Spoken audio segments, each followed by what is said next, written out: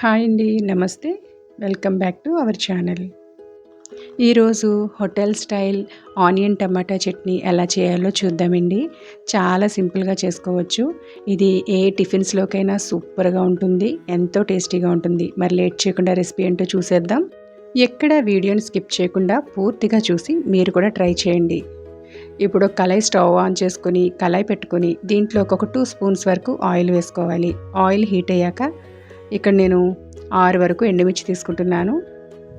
మీరు బాగా స్పైసీగా తినే వాళ్ళైతే మరొక 2-3 యాడ్ చేసుకోవచ్చు. పొట్టు తీసిన వెల్లుల్లి రెబ్బలను ఒక 8 వరకు వేసుకోండి. ఇవి బాగా వేగేంత వరకు వేయించుకోండి. ఇలా మంచి కలర్ వచ్చిన తర్వాత ఇప్పుడు దీంట్లోకి ముందుగా కట్ చేసి ఉంచుకున్న ఒక 2 ఆనియన్స్ని వేసుకోండి. అలాగే ముందుగా కట్ చేసి ఉంచుకున్న ఒక 3 టమాటోస్ని కూడా ఇందులోకి వేసుకోవాలి. ఇప్పుడు వీటిని ఒకసారి బాగా కలుపుకొని ఇందులోకి కొద్దిగా చింతపండును కూడా యాడ్ చేసుకోవాలి. టమాటో చట్నీలో చింతపండు కూడా కలిస్తే టేస్ట్ అనేది బ్యాలెన్స్గా ఉంటుంది. కొద్దిగా చింతపండుని ఇలా వాష్ చేసి ఇందులో వేసుకోవాలి.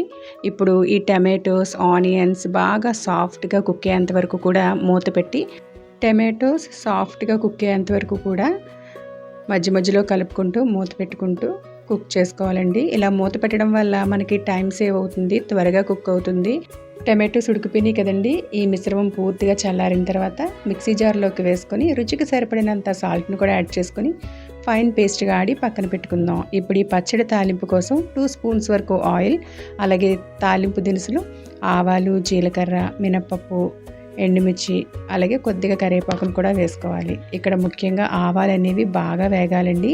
చిటపట్లు ఆడితేనే మనకి చట్నీ అనేది టేస్టీగా ఉంటుంది. సో ఆవాలు చిటపట్లు ఆడేదాకా కూడా వెయిట్ చేసి అప్పుడు కొద్దిగా కరివేపాకు వేసుకొని ముందుగా గ్రైండ్ చేసి ఉంచుకున్న ఈ టమాటో పేస్ట్ను కూడా ఇందులోకి వేసుకోవాలి. ఎంతో రుచికరమైన hotel style tomato chutney ready అండి. ఎంత టేస్టీగా ఉంటుందో ఎప్పుడన్నా మీరు ఇలా ట్రై చేయకపోతే ఈసారి తప్పకుండా ట్రై చేయండి. మీకు కూడా చాలా బాగా నచ్చుతుంది. ఇడ్లీ, దోశ, వడ వీటిల్లోకైనా చాలా టేస్టీగా ఉంటుందండి. ఇక్కడ ఒక స్పూన్ షుగర్ కూడా వేశాను.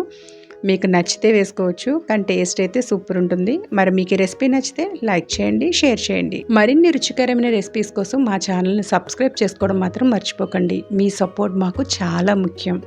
Thanks for watching.